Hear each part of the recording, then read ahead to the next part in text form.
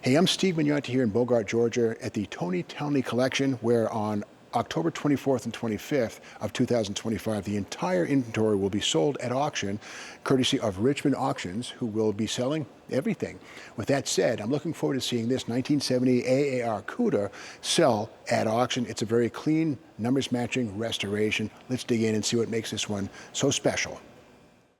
One really cool detail on the AAR Cuda is the sort of matte finish on the front fender tops, and it goes all the way to the cowl and the tops of the doors and even the B-pillars. Cool effect right here. Wouldn't want to have to paint that in an assembly line situation. It really gives this car a lot of eyeball. Beautiful restoration. Once again, Dave Wise has verified this car being numbers matching. Again, a beautiful restoration. Fiberglass hood right here. This is always open. There's no air door, no air grabber, no flapper. This is open to the air filter at all times, and underneath that is the mighty 346 pack.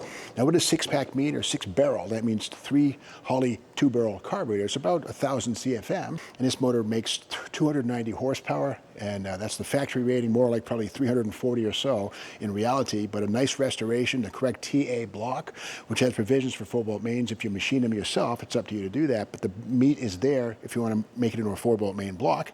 And of course, it has special cylinder heads with offset rocker arms, which make room for extra large ports. If you port them, again, that's up to you. And the bottom line was, racers would buy these things and modify them for SCCA road course racing and be competitive by making those changes. So those are things that were built into the car, but it was up to the racer to make it really happen and to blossom, if you will. And also on these things, they have a fiberglass hood. We can see that there, but the springs on the hoods are kind of light, so they don't really hold it up that well, but they're smaller diameter, but there they are, correctly presented. And this one does have power disc brakes, which was standard feature on the AAR Cuda. And this one could be had with 2 different kinds of transmissions. We'll see what those are in just a moment. This does have power steering, which was an option, fast ratio power steering, and a crisp restoration underneath the hood. Very great looking car. So let's drop the hood and have a peek inside and see which transmission we have. Well, 2 transmissions were possible, the Torque Flight Automatic, which we see here, or the 4-speed, and beautifully restored inside. Has the optional sport wheel right here, sort of a wood grain effect, and 120-mile-an-hour speedometer, AM radio right here, and console in the center. All these things were optional right here, and just a great example of a freshly restored AAR Cuda 346 pack. Numbers matching car.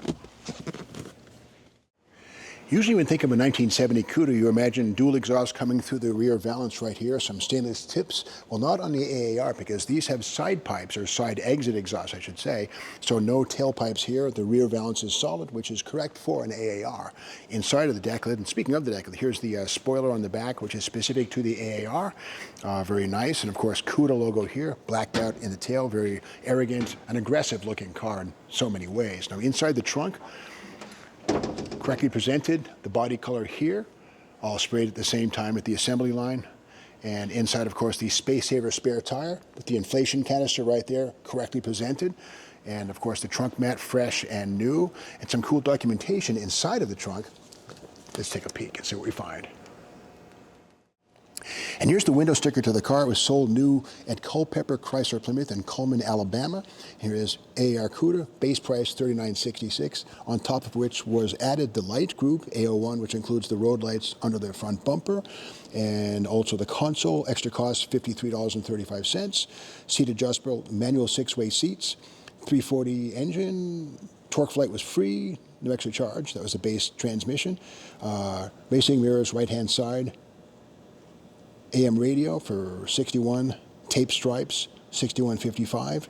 Tires, interesting, G6015 at the back and E6015 at the front. Bigger tires in the back than the front, which is by design.